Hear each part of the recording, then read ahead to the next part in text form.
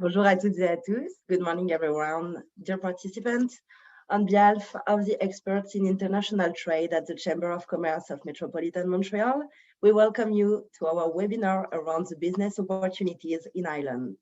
First of all, I would like to thank our partners for this event, starting with the Economic Development Agency of Canada for the regions of Quebec for its ongoing support of World Trade Center Montreal's activity, as well as our collaborator for this webinar, Ireland Canada Chamber of Commerce and IDA Ireland, Ireland Foreign Direct Investment Agency, who made this webinar possible.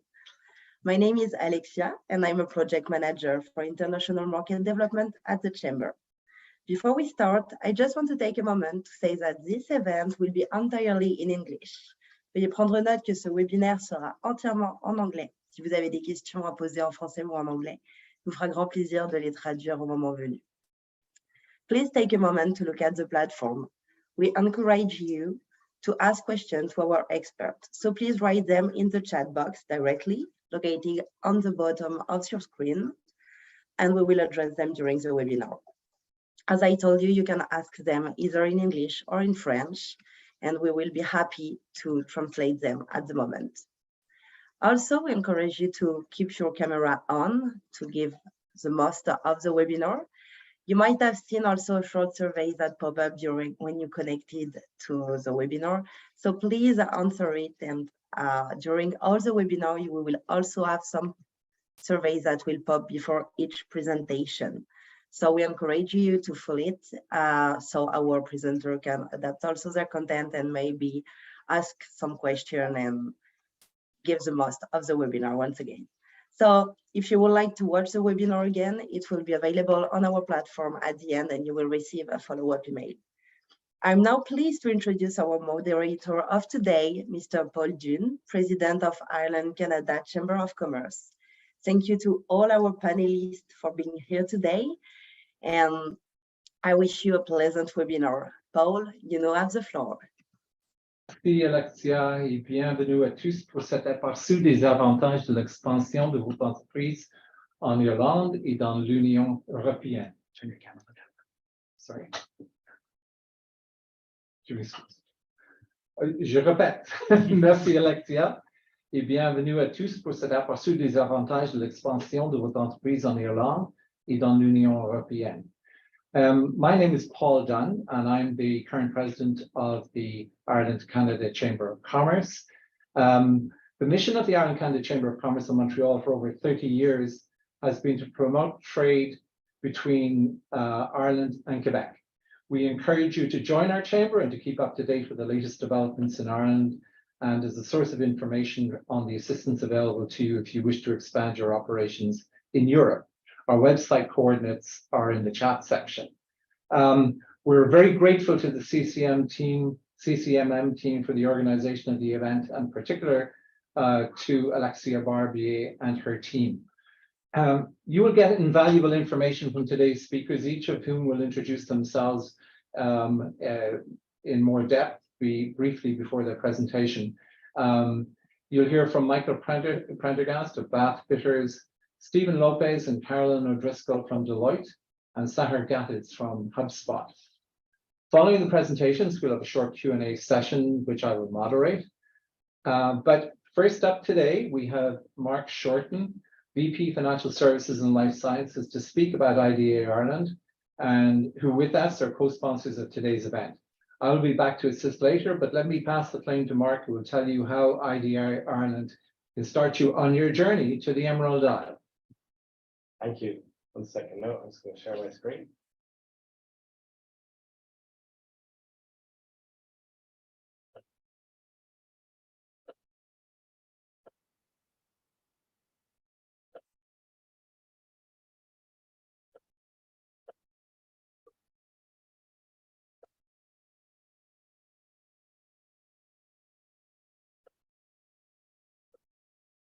Brilliant.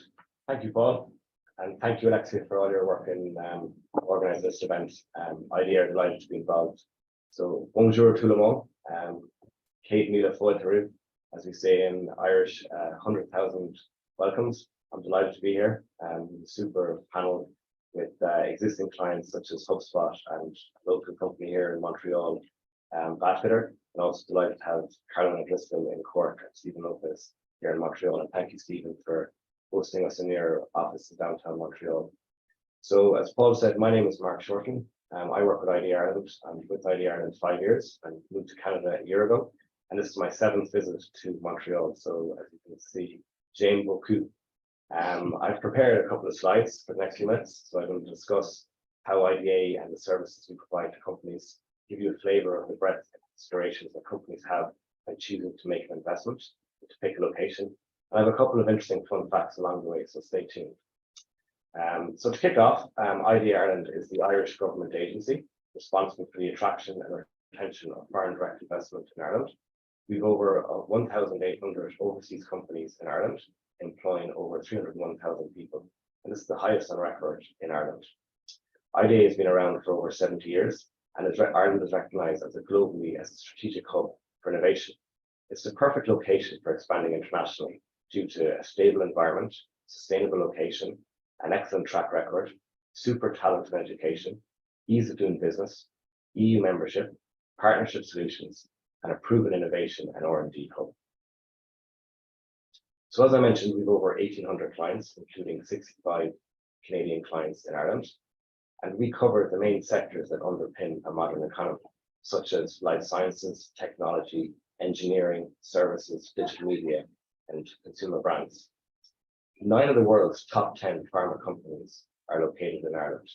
Interestingly, only last month, Eli Lilly announced a €1 billion investment into its third manufacturing facility in Limerick. 14 of the world's top 15 medtech companies are in Ireland. Top 5 industrial automation companies are in Ireland.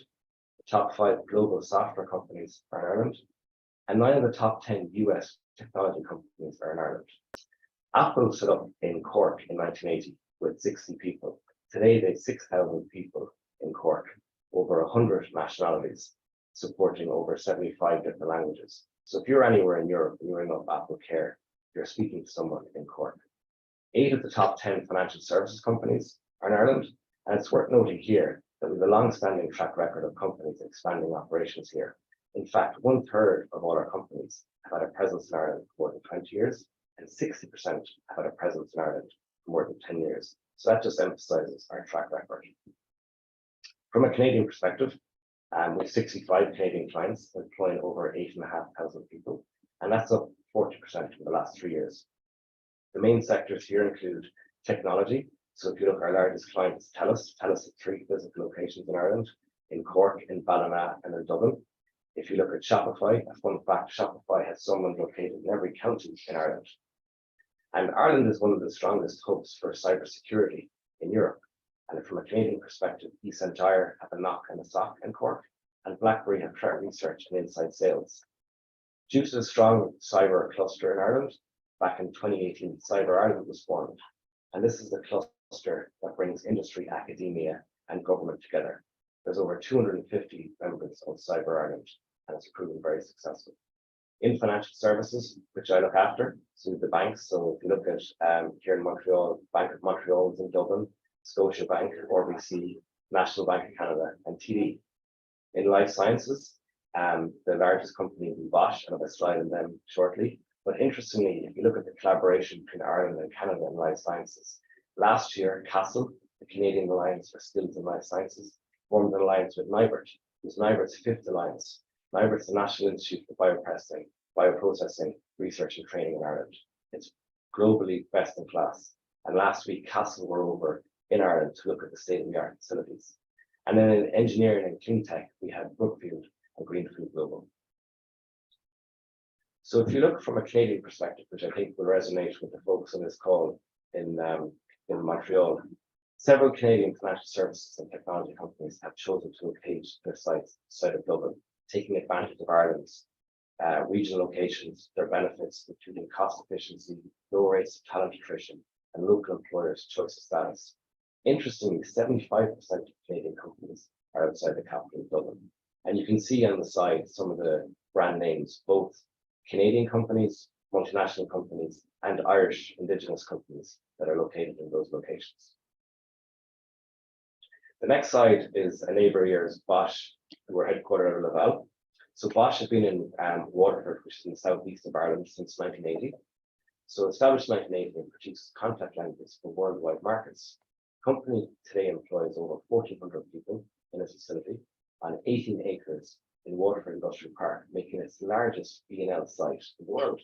The site in Waterford is a multifunctional complex, which includes contact lenses, pharma products, R&D, and surgical support. The main focus is on manufacturing multi-disposable contact lenses. The plant is operation 24 hours a day, 7 days a week. And B&L is one of the largest and most technology advanced contact lens manufacturing facilities in the world. Some key decisions that companies and folks are make when they're looking at internationalizing. So what we hear first and foremost is talent. So is there access to talent, availability in numerous functions, tech, sales, languages, management, manufacturing, ability to scale. Can companies come in? Can they grow? Can they scale? Ease of hiring, salary costs, ease of immigration, which we can help. So IDA clients become trusted partners. We can help with the visa process. The education system. So only this year, the Minister for Education, Simon Harris, who was in Canada in March, he mandated that all courses, bespoke courses now need to be created with industry. The ease of doing business, you look at the track record of the location. How long will it take us to set up? The legal system, is it what law jurisdiction both with Canada and Ireland? Majority is in common law, so there's these to set up and do business. What are the labour law regulations? Is it aligned with the HQ? Finance, so banking, tax structures, accounting, payroll. What are the fully loaded costs? The incentives, so grants. So for instance, with Ireland is very favourable R&D tax credits that I know Caroline O'Driscoll from Deloitte is going to chat about later. Very similar to the Canadian trend. The infrastructure, office space, remote working capabilities, housing, costs and services. During COVID, one of the positives that came out of it in Ireland, an app was created. It's 300 co-working hubs that are now interlinked by an app. So you can see companies can come in, they can set up their co-working hub, they can find their location, grow and scale. The approach, should I hire a local site lead? Should someone from the team at HQ come over? And services, is there a good supply of experienced local service providers? So this is all considerations that we can assist with. So we have numerous supports, but the main one I'm going to chat about today is what works very well is we can identify case studies for you. We can introduce you to peer companies. We can inform you of the different stats. For example, Irish is the youngest population in Europe. Ireland's the youngest country in Europe. Ireland has the highest output of STEM graduates in Europe. And Ireland has one of the largest amount of females that are going into STEM subjects in Europe. And I know Caroline wears a couple of hats. She's the co-founder of IWISH. She's going to chat a bit about IWISH, who had their events in March and had 13,000 girls attend. One of the main facets that we find that works very well is where we host an itinerary. So we put together 2 or 3 days back-to-back meetings where you meet with peer companies, competitors, research centres, universities, and service providers. That's a great way for folks to come over, kick the tires, look at the location, hear what works well, what doesn't work well, what we should do different. And we find that works best. And we have the 17-year track record of companies who are willing to be going through the same process you're going through, so they're happy to pay it forward. This is just a sample of some of the data points that we can show. So we can provide talent heat maps. We can do a salary comparison. So for example, if you're looking for a software engineer, how much a software engineer costs in a couple of locations compared to a software engineer, say, for example, in Montreal. Knowing the target audience here, obviously French is prevalent, and you'd be delighted to know that there's over 400,000 fluent French speakers in Ireland. 41% of the population in Ireland report they speak at least one foreign language, and French is the most common popular foreign language in Ireland. Some interesting fun facts with Ireland and Montreal. So the Montreal St. Patrick's Day Parade is the longest running of its kind, from 1824 to 2019. Stephen was just telling me his son actually partook in the parade this year, albeit it was very cold. The Montreal flag features a shamrock, so a nod to the prominence of the Irish population. And this is very interesting. More than 40% of Quebecers have Irish ancestry at least one side of the family tree. So a couple of fun facts in Ireland. So did you know the entire global supply chain of Botox is made in Westport in County Mayo? 50% of the world's supply of roll-on deodorant balls are made in Limerick. 33% of world's contact lenses are manufactured in Ireland, Bosch in Waterford being one of them. Ireland is the #1 exporter of stents in the world globally. The entire global supply of Viagra is made in Cork. 75% of the world's prosthetic knees are made in Cork, and 45% of the world's Tic Tac supply is made in Cork. So before you ask, now you know why Irish people are so young looking and fresh smelling. On a serious note, ID Ireland is free and confidential support. We're fully funded by the Irish government. We've over a 70-year track record. The office opened in Canada 6 months before COVID. We're on One University Avenue. Deirdre Moore, the country manager, and covers technology, and myself are always on the road. We're delighted to help you. The one ask I have is, if you're thinking of internationalizing, please reach out. We're delighted to help you. Thank you very much.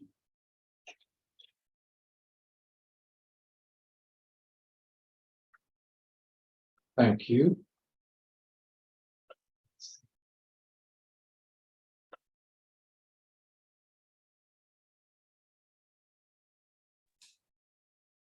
So I believe Michael Prendergast is up next.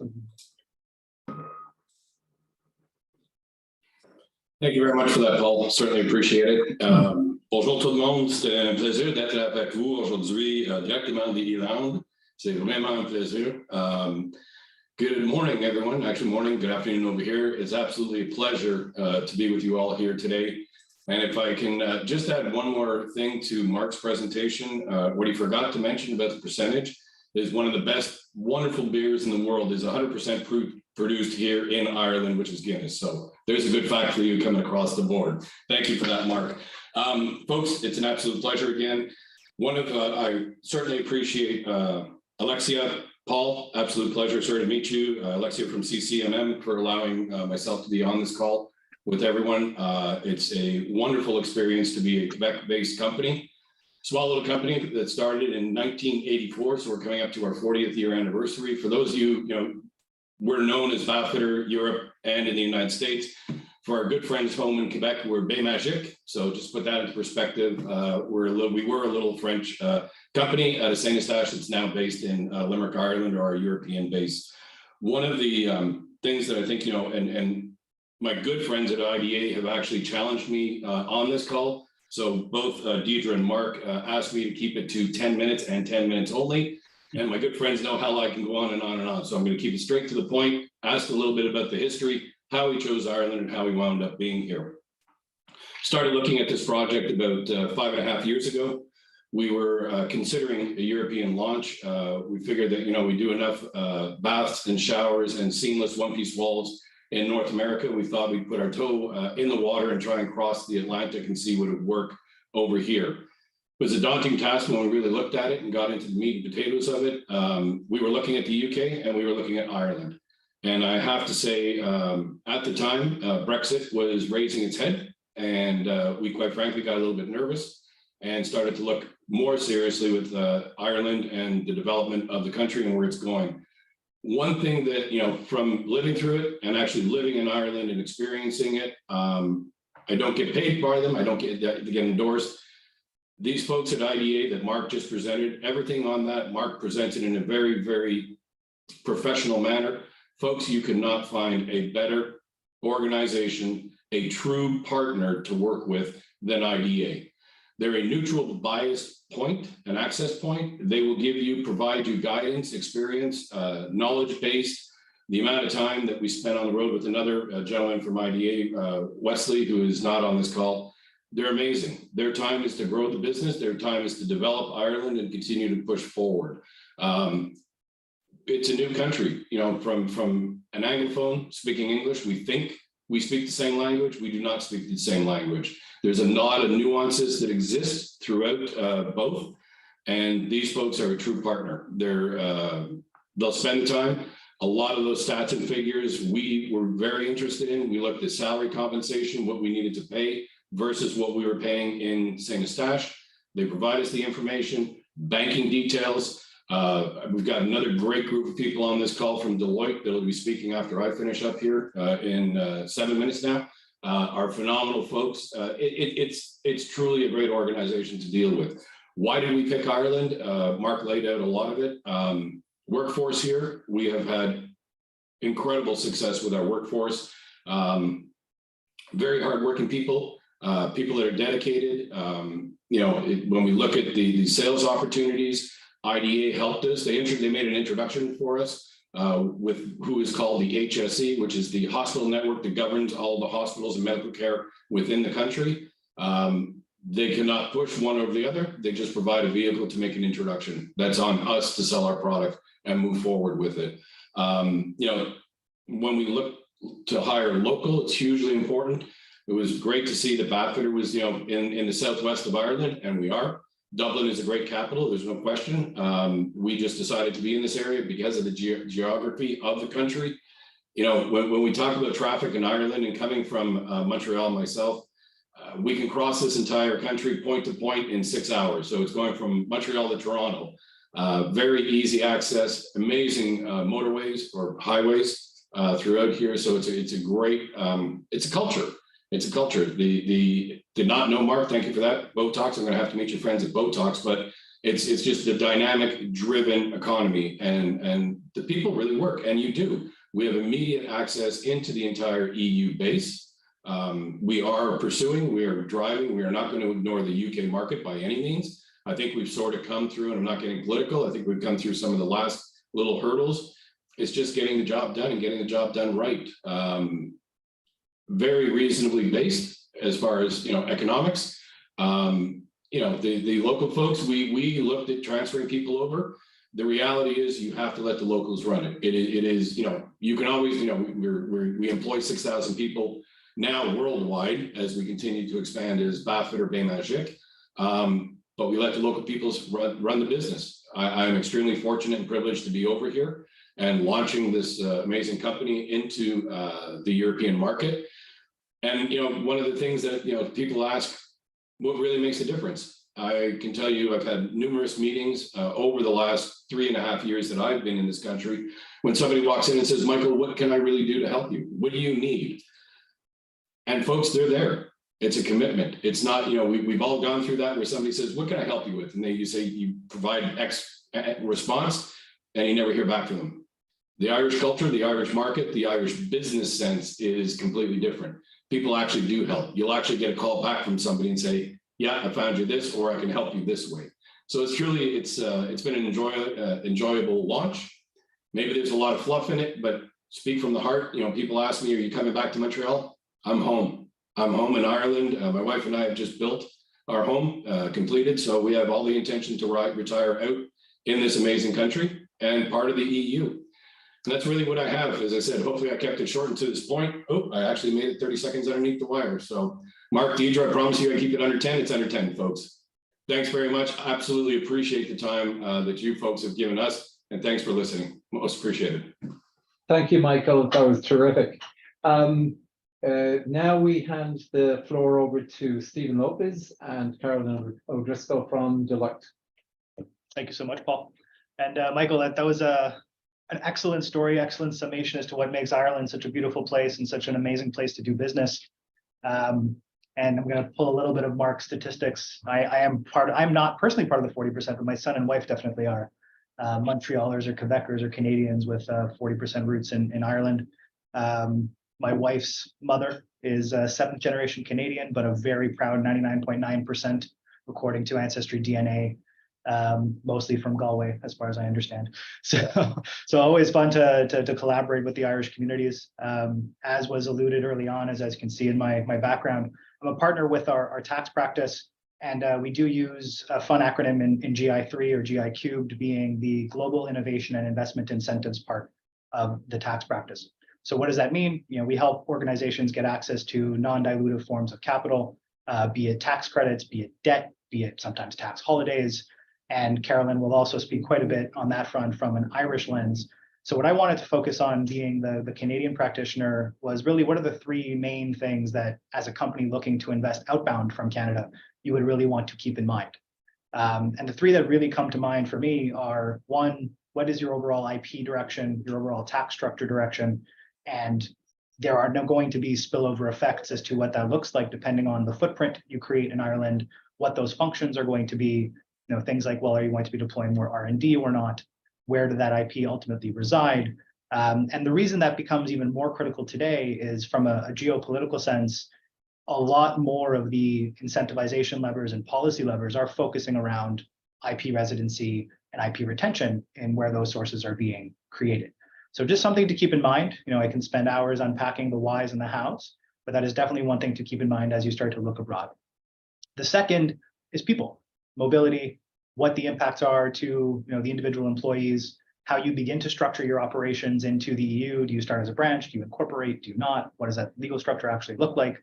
And what are the implications to those individual employees that, maybe you do start out by sending a number of your Canadian employees over to Ireland, such as Michael, who then go on to live incredible lives in the country. But there are immigration considerations, there are personal tax considerations, and there are corporate tax considerations, depending on the nature of those employees, the footprint that they can create. Do you start to get access to offices and things like that? So mobility becomes a big consideration in that sense as well.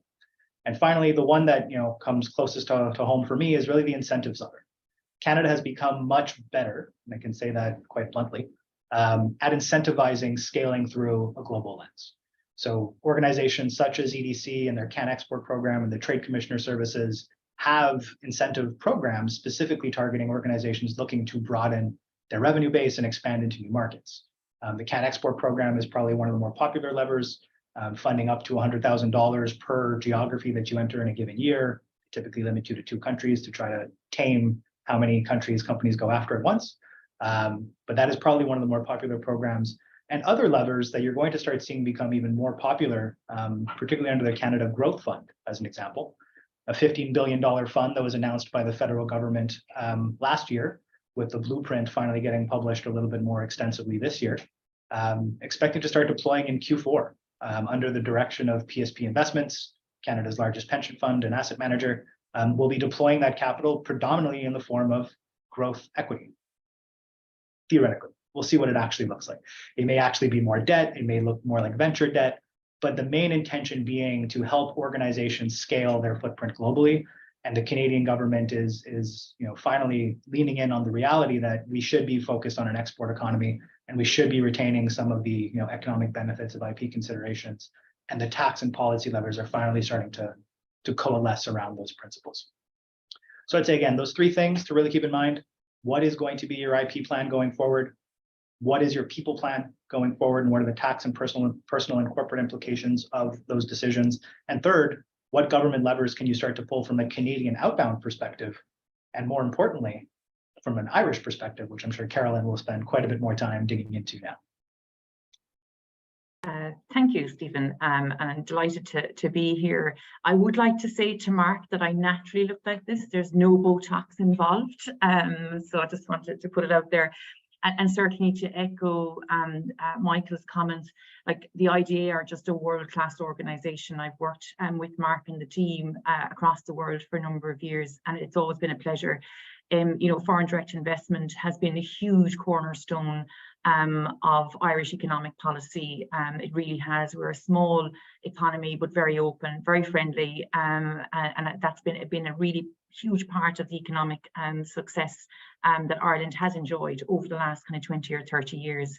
I have a short presentation, don't worry, I won't bore you to death. I know I'm the tax person now, I'm actually international tax partner. So I work a lot on inbound investment into Ireland and also outbound, because what you find in Ireland, a lot of companies come to Ireland, whether from Canada, America, UK, and they expand their footprint here over time. So I do a lot of outbound work as well. So I'm going to see now if the technology is going to work. Let's just bear with me now a second, and I'll just pull up a short presentation. Hopefully you can start to see that. Yeah. Thumbs up, brilliant, thank you. Stephen spoke about some of these things, and it, like, you know, obviously like Ireland then is quite the opposite of Canada, in that what you're thinking about in Canada when you're going out investing overseas, you need to think about the other side of it from an Irish perspective. But very simply, as Stephen said, what's your structure? So how are you going to structure it? Is it a company? Is it a branch? So how are you going to do that?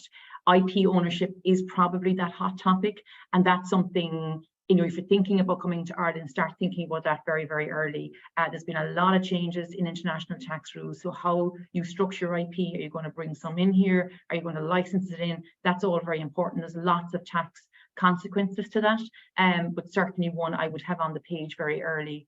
How are you going to fund your operations in Ireland? How is the money going to come in? So thinking about that. Research and development, and I'll touch on that presently. We've got quite a favourable R&D tax credit regime, so it might be an opportunity for you to locate some of that activity in Ireland. Talent, recruiting, housing, you know, what's that environment like? It's very favourable in Ireland in terms of our education system, or investment in the education system. And I was looking at the results of the poll that we just put up, and it was interesting to see tax, talent and membership of the EU were quite even in terms of the things that you're thinking about when you're investing overseas. And certainly talent is the hot one, I would say. Compliance, you know, what are the compliance obligations? They are different to Canada. Just getting your head around them quickly so that you can comply with our laws. It is quite a business friendly environment, I would say. It's not hugely onerous, but again, it's just attending to that detail. And then finally, and linked a little bit with your intellectual property, what your intercompany arrangement is going to be, how are you going to organise yourself in Canada and Ireland, what's done in Ireland, what's done in Canada, and what those intercompany relationships might look like. Mark covered a lot of this in terms of like, why would you pick Ireland? A couple I pick out here from a tax perspective. We do have a 12.5% corporate tax rate, which is very favourable. I know we have a lot of international tax reform coming for large companies, and that would be companies with turnover of more than 750 million. And this is all this Pillar 2 stuff, as you might read in the papers. And that rate will effectively be 15% from probably 2024 for those large companies, but it will be no more than that. So that's still a very favourable regime. And if your turnover is less than that, the 12.5% corporate tax rate applies. The common law system Mark referred to, that proximity between US, Canada, Europe, that's an interesting one because of our time zones. Actually, we often, you know, we can deal with, you know, the west coast of America and Japan, Australia, largely within the same day. Actually, it is a good location if you have people here to be able to traverse those global time zones, and that's an important one. We like to say we're the only English-speaking member of the Eurozone. I live in Cork myself, and our claim is we're the second largest English-speaking city in Europe, which is a bit of a technicality, but it is there. And I appreciate Michael's comments on the nuances. You're probably picking up my accent is a bit different. We do talk a little bit differently sometimes. I'm putting on, my mother says, this is my posh voice. For the webinar, but it's a point well made, Michael. But we do speak English, and the cúpla focal as Gaeilge every now and again. The tax side, in terms of the features that you might be interested in, I talked about our low effective tax rate, 12.5%. If you bring IP here, you can get it back out at 12.5%, as they say, terms and conditions apply, but that's just kind of the headlines. It is a good regime for holding intellectual property. We have quite an attractive tax depreciation regime for writing off those allowances.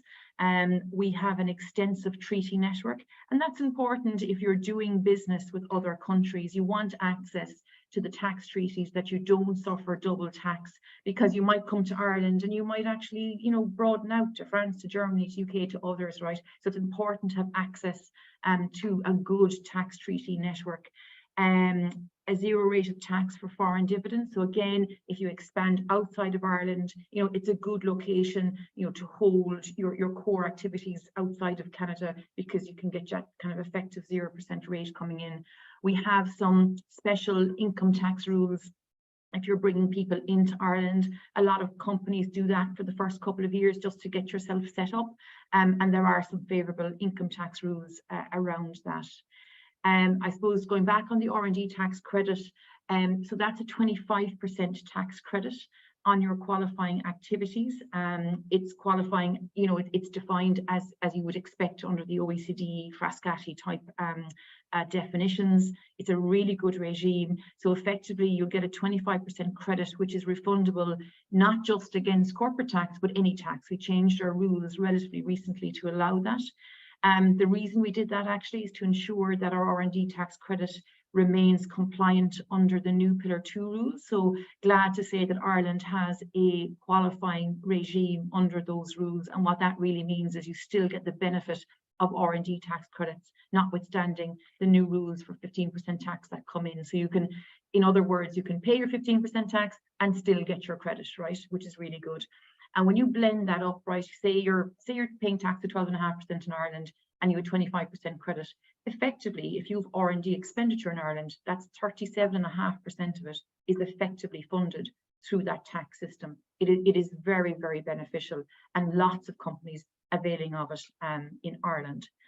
I put this up, we kind of use this to help companies. It was a bit of a selling thing in the early days, but actually companies loved just the roadmap. So we were trying to put down on paper, how can we assist companies when they come into Ireland? What are our services like? But it kind of morphed into, well, actually, what does that kind of first initial couple of weeks look like? What does the first 100 days look like? And what are the stuff I need to be thinking of later on? And what I pulled out in red is just the watch outs, just from years of experience, you know, the things that kind of attend to quickly. So you need a company. If you decide to incorporate a company, get that done. It'll take about 2 or 3 weeks, but there's paperwork to do. You need to register for taxes, get your filings up to date, right? That needs to happen quite quickly. Immigration, if you're bringing in people to Ireland from outside the EU, there are different processes there. So just making sure, you know, if there's visa requirements, that type of thing, just to make sure you attend to that. Payroll, that one, getting your payroll up and running and getting your payroll provider quickly. Because actually, if you've got people on the ground, you have to pay them quickly. You want to make sure that they're getting their right tax credits and all of that. And that can be a pain point. Opening the bank account, sometimes you need wet signatures. So the old fashioned, you know, I actually have to get a biro and sign it. So just they're the kind of little watch outs if you're setting up. But we have here then the roadmap, the stuff then that you can kind of think about later. What I would say though, it's not a very onerous system here. It is very friendly. It's very business friendly. We can get stuff done quickly. That's probably one of our key trademarks. But I just put it up there, you know, just to give you a sense of the stuff that you need to start thinking about as you journey through Ireland. And then just a little bit about Cork. Mark asked me to talk about my hometown. Cork is Ireland's second city. Not that far from Limerick, about an hour and a half. Nothing's very far actually in Ireland. I'm actually sitting in Dublin today in our headquarters, which is actually just a 2.5-hour drive. Ireland is a small place, but very, very beautiful. Just a little bit about Cork. It's our second largest city, population of just touching under 600,000. It's voted #1 small European city by the Financial Times. And Mark referenced this, 30% of Cork's population is under the age of 17. That's really interesting because we're, you know, that talent, that young talent coming through our universities. We have 2 absolutely wonderful third level institutes in Cork, University College Cork, my alma mater, and MTU. UCC will be on the top 1.1% of universities in the world. And MTU is Ireland's largest and highest ranked technological university. And that technological university concept is quite unique, and it's really interesting. And what I've put in the left-hand corner there is MTU in particular does a huge amount of collaboration with industry. And it's hard sometimes to explain this, but the ecosystem here, you're only kind of 2 degrees of separation from someone. And you know what industry does in collaboration with universities is very, very powerful. So for example, you know, there's a big cyber cluster here in Cork, and a number of cyber companies came together in conjunction with MTU to develop an MSc in cybersecurity. That's now an online model that's very successfully delivered around the world. Dell Technologies came in to accelerate research in AI and Internet of Things. There is a cloud computing MSc that was developed with EMC and VMware. So a real ecosystem where kind of industry says, look, you know, folks, we need these skills in the future. And then the likes of MTU, UCC go off and develop the programs around it. And I think that's a really compelling proposition for Ireland in terms of that talent agenda and having the right skills available to you. A quick word about STEM. We have invested as a country very heavily in STEM education and STEM policy. Like, we get it, right? I mean, if you look at the statistics that are coming out, like the McKinseys of this world, like 75% of jobs in the future will require a background in maths or science, right? And making sure that our education system is fit for purpose, that our young people coming through education have STEM literacy. And we are very focused on that as a country. I've just finished my term on the Department of Education STEM Education Review Group, looking at STEM education in Ireland, but also looking at gender balance in STEM education in Ireland is something we take very, very seriously. We are in the top 3 countries in Europe with the number of graduates for ICT and computing. We have been ranked #1 in the EU Digital Agenda Scoreboard for the number of female STEM graduates per capita. And that's very, very important. I am the co-founder of a voluntary initiative called I Wish, and that focuses on getting high school girls or teenage girls into STEM. And we've had some great success there. And I hope what you get from me is that sense of, industry, education, and working together, to deliver skills, to look to the future and say, well, what does Ireland need? What are companies like yourselves looking for? And developing that ecosystem around that. So I'll pause there, happy to take questions at the end. And I hope that gives a flavour of Ireland, our tax regime, and also the Cork ecosystem. Thank you. Really interesting, and thank you, Stephen, for your presentation. I now pass the floor to Sahar Gattas from HubSpot. Thank you so much, Paul, and thank you, Mark and Alexa, for having me in this presentation. I'm definitely looking forward to chatting with everybody today. We are actually a proud client of IDA. Just to give you a perspective, first of all, HubSpot, if you don't know HubSpot, we are a CRM platform. And I'm actually, funny enough, I'm dialing today from Cairo, Egypt. So speaking about international, so at HubSpot, you can work from anywhere. So this next 3 weeks, I'm actually working from Cairo, Egypt, because we're figuring a lot of things out. But my role is to actually help in launching HubSpot Canada. The reason why I'm here today is to speak about our relationship with IDA and how did we launch Ireland. When we decided to go international, HubSpot was around $600 million in revenue. That was almost 10, 12 years ago.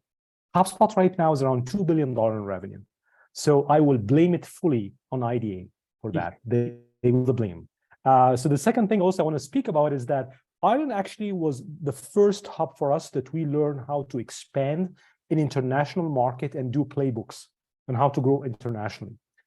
When we start launching in Ireland, Dublin specifically, we learned a lot of things working with the IDA team that I'm going to share with you right now.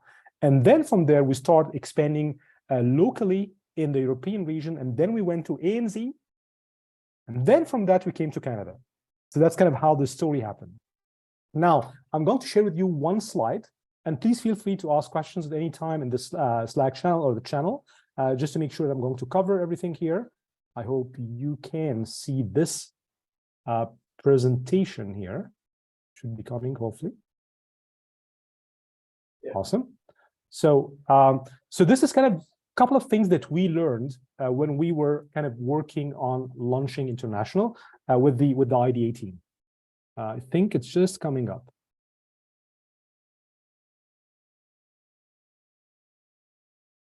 Let me stop and start one more time. Okay, I'll try one more time here.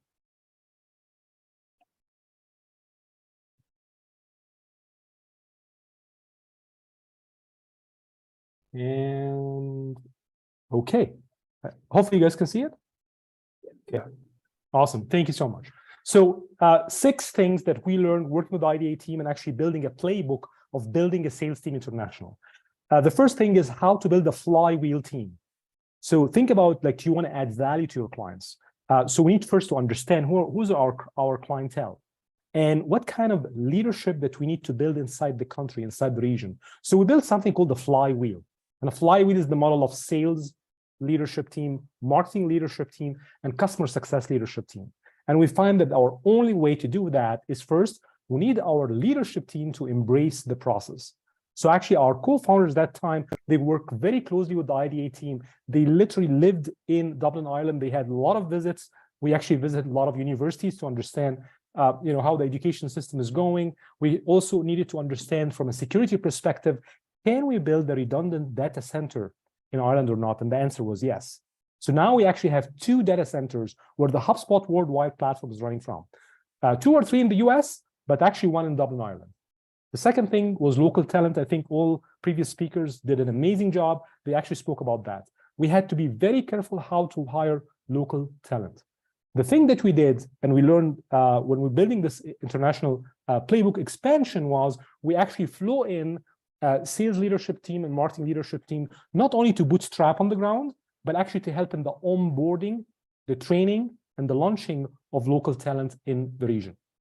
The third thing is the Flywheel team. When we launch the Flywheel team in Dublin, Ireland, we need to make sure that there are systems in place where they can hand off the whole process seamlessly.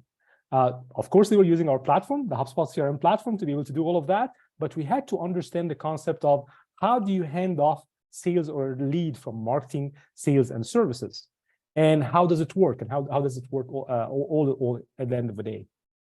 The fourth thing we had to learn is how can we plan and how to budget for ramp time. So that was very critical to everybody to understand how long does it take me to hire somebody who's a local sales and marketing team? Is it 3 months, 4 months, 6 months to start getting real ROI from them?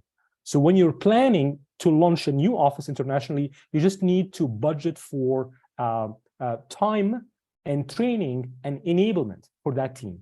And the way how we did it, actually, we started borrowing from our US playbooks, but you had to be very careful. We had to go back, recode, and readjust how to sell into international regions. There was a huge difference, which you would expect big cultural differences as well.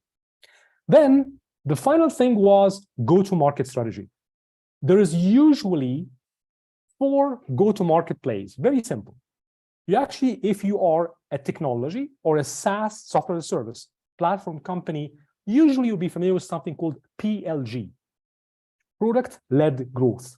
So when you're launching and selling the software, maybe you will focus on the feature function of the software. So you need to understand and survey the market of what does the persona that you're selling to really cares about.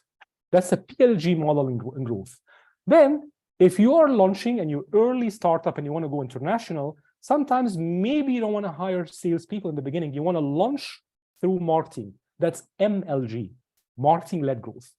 Or if you now have your PLG done properly or your MLG done properly, now you really want to go deeper, boots on the ground to build relationship and actually kind of build trust with mid-sized and large organization. This is when you start truly building an SLG, sales-led growth team. When you get a VP of sales, you start building regions, you start building territory, you start building a forecasting system to be able to do that.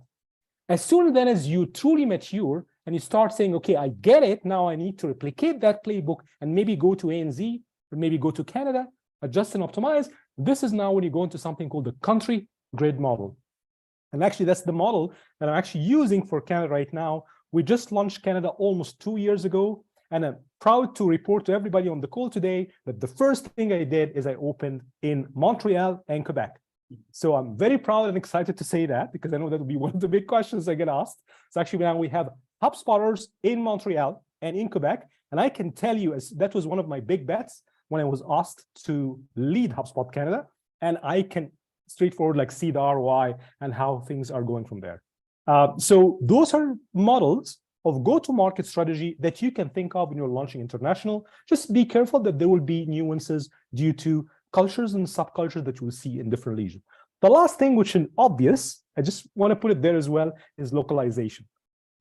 Because maybe you will launch from Dublin, from Ireland, but maybe you want to expand. So what happened to us as HubSpot, we launched from Dublin, Ireland. We were so lucky to work with IDA and do all of that. Then we start going into France, Germany, UK, and other places as well. Actually, there are a case study for us now to go down to India, Africa, maybe that's why I'm in Egypt, and then kind of figure out how we launch from there. So we learn from Dublin, Ireland, how this work, and then we tune and optimize from there. So again, I just want to say thank you all for joining IDA. Thank you for the amazing partnership, and we're learning a lot from you guys, and definitely looking forward to, if you have any questions, reach out to me on LinkedIn, and more than happy to help. Thank you, Sahar. That was very interesting. As it happens, and I think it's a compliment to the clarity of the presentations we've received, we haven't got any questions, but I would like maybe to start the ball rolling by asking, I think it would have to go to either Carolyn or Mark. If you could discuss a little bit about the common travel area, because it's not something that comes up an awful lot in the context of Ireland, and it's fairly, it doesn't exactly implicate, and it's not much to do with travel, although, but there are some, it's a very interesting arrangement that's been between Ireland and the United Kingdom since independence, and is also, I think, of interest to people who might be investing in Ireland because of the advantages that come with it. Do either of you have anything to talk about in that area? I can kick off. Okay. Basically, with Ireland, it's so accessible. With, like, if you look at it from a Canadian point of view, the increase of flights, over 40 flights now from Canada to Ireland at the moment. I know the seasonal flights from Montreal, there's 3 seasonal flights from Montreal to Dublin, and that's increased. If you look at regionally in Ireland, Cork Airport, Cardiff, Knock Airport, and obviously Dublin Airport, which is a large international airport. With regional airports, you have daily flights to other European hubs like Amsterdam, Frankfurt. There, like I remember from Shannon Airport, there's 5 daily flights to London. Cork Airport, there's 9 daily flights to London. So it's very accessible. And just to put it in perspective, Ireland to London is like going from Toronto to Montreal. It's a 55-minute flight. And again, some of those regional airports, it's great. I'm going to be telling Stephen about the local airport here in Toronto in Bellybishop.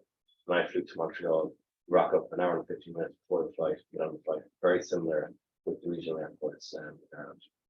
Yeah, I was referring to though the fact that despite Brexit, there's an arrangement between the United Kingdom and Ireland where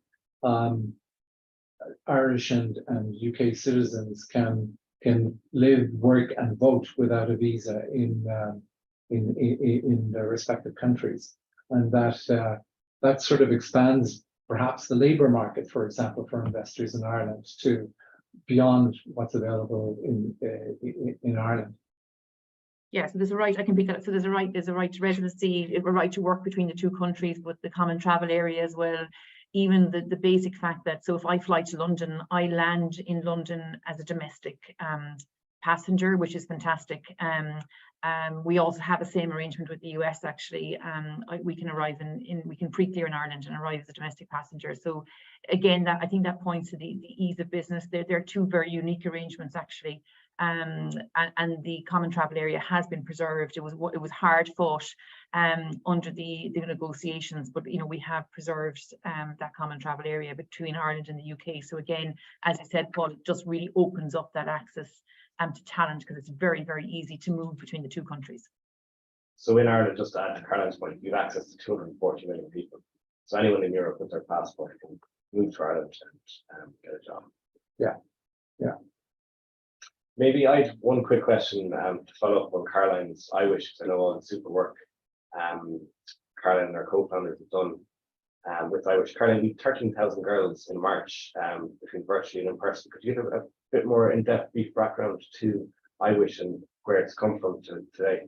Yeah, sure. So we set it up, I suppose, 9 years ago at this stage. Probably at the start was more of that economic reason, looking at Ireland, looking at the skill sets of the future.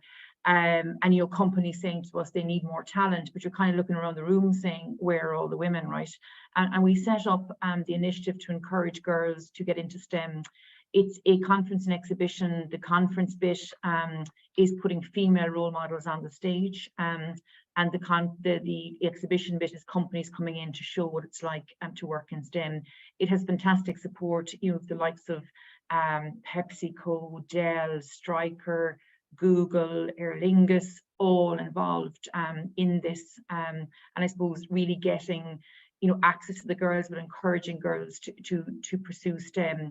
We've had, I think, about 65,000 girls through the program since we set it up 9 years ago. We ran it virtually over COVID, and that really opened up that international audience. So we've had viewers from kind of 28 countries now at this stage in STEM. So, it's again, I think it points that ecosystem in Ireland where you look at a problem and see how can we solve it. And I suppose the three things that consistently come out, we survey the girls every year. It's a massive gift, actually, because it's the gift of their voice, right? And you really get an insight into how they think. And the three things that come out is a lack of information about STEM, which I think industry has a huge role to play in supporting that. The lack of female role models. And again, companies are fantastic. They put their female engineers, software engineers on a stage and to tell their story. And a lack of confidence. Girls are expressing, over 50% are saying they lack confidence in their ability in STEM. But what is interesting, it's not all bad news. Since we set up the IWish program, we have seen improvements in girls participating in STEM in Ireland. It's not all down to IWish. There's lots of other things going on here. You might have heard of Dakota Dojo, BT Young Scientists. There's loads of things going on here in that STEM ecosystem. But it has improved from 29% to 36% in that kind of 10-year period. And as I said earlier, we're ranked as the highest producer of female STEM graduates in Europe, which is fantastic. So yeah, it's a great event. It's a great thing to be involved in. There's mentorship programs, internship programs that have been developed around it, and lots of household names, I suppose, are involved from a corporate perspective. Super, thanks, Carolyn. Just a question for Mark. I mean, there's a natural sort of cultural affinity and link between Quebec and France, and perhaps for a lot of investors from this part of the country, France might be the obvious place to have a gateway to the European Union market. Where do you think Ireland has got advantages over an investment as a gateway to Europe over other countries that might be available? Both Carolyn mentioned both the legislation support Ireland with common law, basically, and labour law in France can be challenging. And we've companies that look at Ireland, and again, going back to some of the data that we provide, we do country analysis between different aspects, and labour law does come up with a challenge in France compared to Ireland. Mm-hmm. So we go back to the ease of doing business in Ireland. And again, if you go back to our track record, like we mentioned now, the highest ever 1,800 client companies. So what works well is when the companies come in, again, similar to this, sitting around the boardroom, asking the questions, what worked well, what doesn't work well. So then when they go back to HQ, they can make the informed educated decision. Okay, great. Well, listen, I mean, we've wrapped this up relatively early, which is good. Actually, I have another question from Conor Barry, asking how big an issue is rent and the lack of housing stock on the country's ability to attract FDI? Yeah, look, obviously during COVID, there was a slowdown with everything, and the country shut down like here in Canada. But the government have a plan in place, and even last year was the highest amount of new build houses per annum on record. So there is a plan in place. Like globally, I know when I moved to Canada, it is a global challenge, but Ireland, the Irish government is working on it. And it was something we've seen, even looking at the influence on Ireland and Canada. This year was the first time 3 senior ministers that visited Canada. So the Minister of Finance in Toronto, the Minister for Science, Education and Innovation, Simon Harris in Vancouver, and the Minister for Health, Stephen Donnelly, in Toronto and Ottawa. So there is clear visibility of Ireland, Canada, and in business, which is super. And I mean, as we were talking about earlier, Ireland has strengthened its diplomatic representation in Canada with a full consulate in Vancouver and Toronto. Has Toronto opened? It has. Yeah. Okay. Janice McCann, the Consul General in Toronto. And we're campaigning very vigorously to get a full consulate in Montreal, and that's going to be taking up some of our time over the next year. So we're looking forward to having a little piece of Ireland over here permanently. So listen, with that, with no other, well, hang on a second, I've got something else I don't want to give, since we are a little bit early.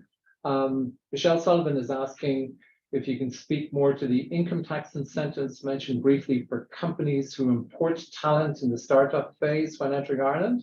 The address to Carolyn, I believe. Yeah. So there's there's SARP, so there's terms and conditions apply, as they say, but it's a reduction in the income tax liability for people that come into Ireland for a certain period of time. I think it's 2 years. So it's a kind of a bit of a formula and a calculation, but you get a reduction in the income tax liability. I suppose our income tax rates can be perceived as high and at kind of 50-52% depending, but this gives a reduction to that tax bill basically, which can be a good comfort for individuals that are coming in that might not be used to rates like that. Okay, great. Thank you, Carolyn. Listen, I'd like to, on behalf of the Ireland Canada Chamber of Commerce, thank all of the presenters today for their very lucid and informative presentations. And in particular, my thanks go out to Alexia and her team for the time and effort that they put into organizing this event. I hope that I'll hear from some of the participants. We've left our website coordinates in there, and IDA Ireland, Mark has left his as well, that they can contact us directly. And if they have any questions that they think about afterwards that they might like to have asked, we'll be certain to pass them on to the presenters. So thank you very much for participating today, and good luck on your journey to Ireland. Thank you. Thanks all. Thank you, Paul. Thank you Thank for you. everyone for Bye. being here today. Once again, thank you for your time. Thank you for our panelists for all those very clever explanation. And you will receive at the end of the day or maybe tomorrow a follow-up survey with all the contacts of the panelists and also the presentations that have been shared. So thank you to all for your excellent work and for your participation. On behalf of Chamber of Commerce of Metropolitan Montreal, I would like to thank you for joining us today. It was a pleasure for me to be your host. And I wish you all a very good day and pleasure to see you in our next event. Have a good day, everyone. Thanks, Alexia.